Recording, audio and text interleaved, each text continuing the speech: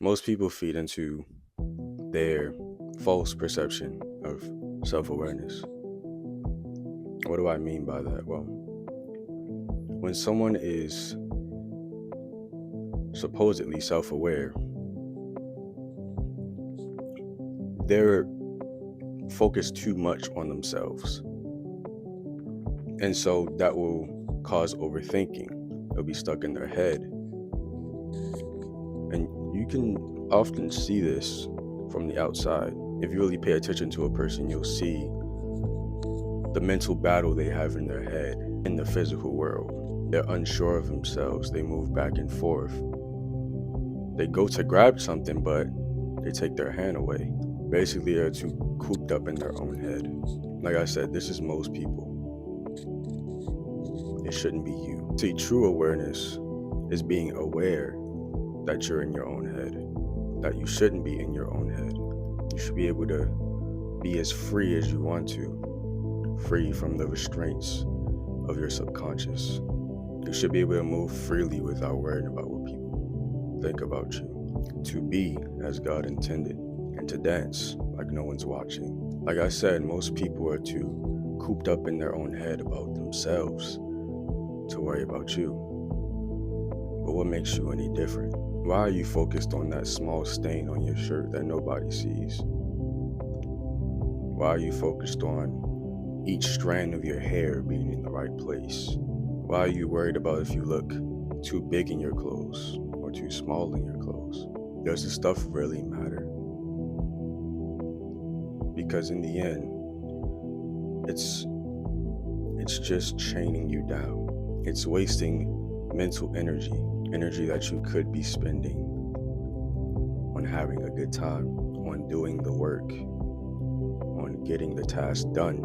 In the gym, for example, nobody cares about you.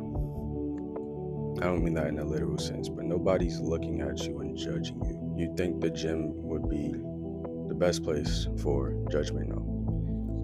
Judgment rarely occurs in the gym, if ever.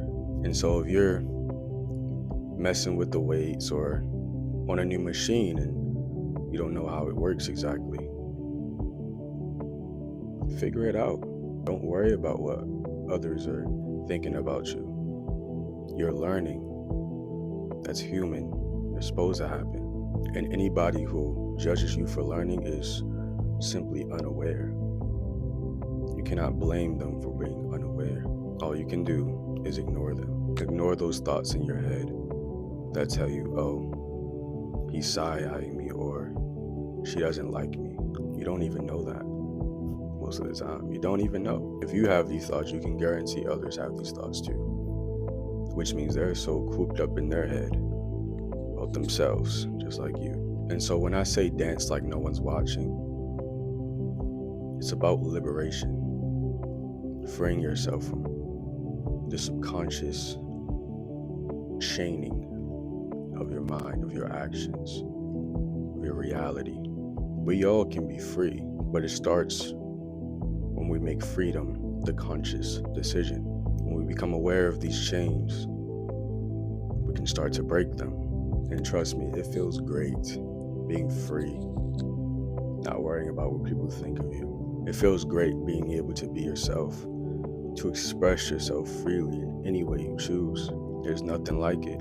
It builds unbreakable confidence, and it just adds on to the high vibrational aura that you give off when you are free. When you dance like no one's watching, people are going to want to dance with you.